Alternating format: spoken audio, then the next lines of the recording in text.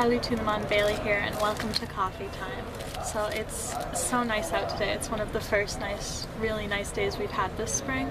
So I thought I would take you guys outside a little. We're just on it's not a balcony, it's more like a place where you can come and stand. It's about 2 feet wide, but it's got the sun, so that's the most important thing. And besides the sun, I've got speculoos cookies, which you'll have heard about if you watched my last Monday video, and I've also got some nice spicy Russian tea, so I'm all set. This week I'm going to be talking about what the word home means to me, so here we go. The first and most obvious home for me is my parents' house back on Long Island. Yeah, it's where my sister and I grew up, it's where my mom grew up before us, and so it's been in the family since like 1970 something, so it's obviously very much a home base. It's my hometown, quite simply. But since I've gone to college and gone everywhere else, it's been less and less the only home that I think I have. It was interesting. The very first day at Smith, I had unpacked and my parents were there dropping me off. There was a whole day of things to do with parents, get them used to you being at college, things like that. And we were at one of these events and I said to my parents like offhandedly, oh, let's go home now. And I was already referring to my dorm room, which I had been in for like an hour, but I had unpacked all my things, made my bed, put most of my stuff away, so to me it was already a home. And it's funny because when I think of Smith, it's my first year dorm room that I think of as home more so than my sophomore year one. Though of course they're both in Lawrence House, which is definitely my home at Smith. But I think that already thinking of my dorm room as my home on the very first day definitely shows a trend of how I think of home. France is the third country that I've lived in while at Smith, not counting the US, and I've always felt at home, or that I had a home in each of them. In Berlin, I was in a homestay like this one, and I thought of my room as my home, and then in Greece, I really felt like I had a home because it wasn't a homestay, it was an apartment share with some friends, and it was really great. It was like my first experience of that sort of independence, because being in a homestay, you are very independent. You come and go as you please, but it's still at the end of the day, someone else is cooking for you and it's someone else's apartment. And then in Greece, we did meal planning together, and my friends and I went grocery shopping together, and it was really, we had our own apartment, even if it was only for 6 weeks. It was definitely a home to me. And then here in Paris, I definitely think of this apartment as my home. As I said before, I went home, well, I said I went home before, but that's not entirely true. I went to my parents' apartment for Christmas, and it's a 2-bedroom apartment, and I didn't have a bedroom, so I was on the aero bed for like 2 weeks, and so I was at home because I was with my family, but the apartment's definitely not my home. I never really lived there. I just vacationed there. I was more a couch surfer than someone who lives there. The things that my dorm room in Paris and Berlin and Athens all have in common is that I had a space to call my own. And that's what was missing in Portland.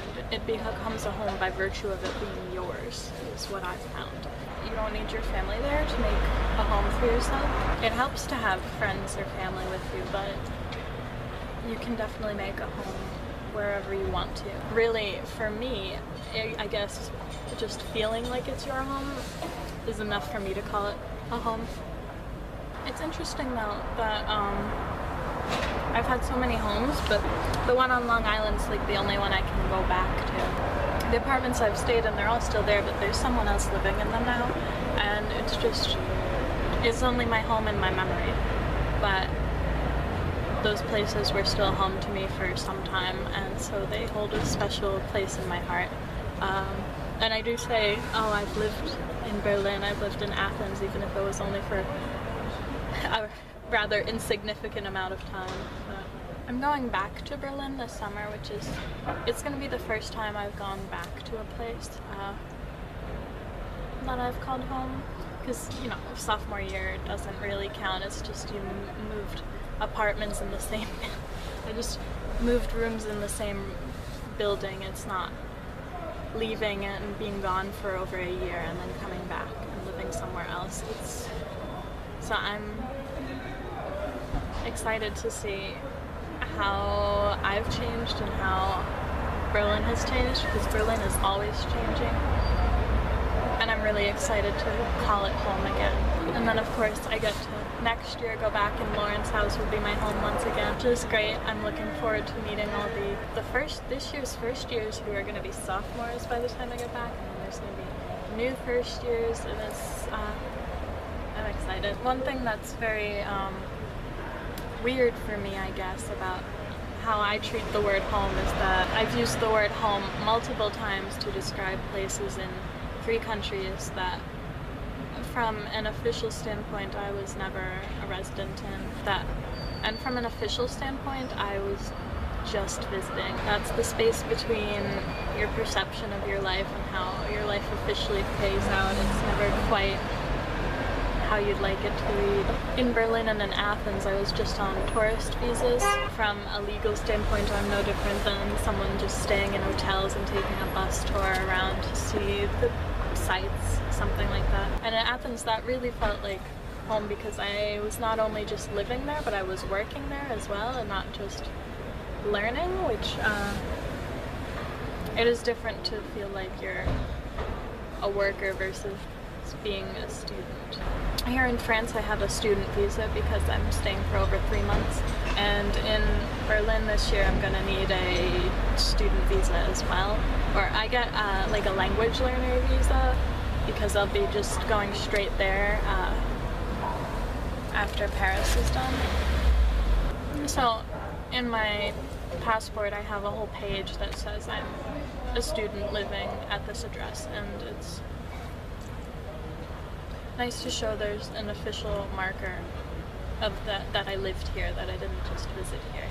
And I'm excited to have that for Germany and for parts unknown afterwards. Sitting outside here just shows me again the best parts about making a home someplace, not just visiting. I'm looking at the street right now and there's just people going about their lives. You just went to a pharmacist, there's people smoking on the balconies, things like that.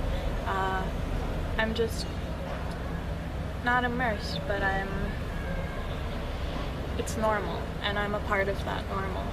And that's something that's people don't appreciate, I think, until you realize that you're not a part of the normal. When you go across an ocean, you're by necessity an outsider, and really getting to be a part of the normal it feels great.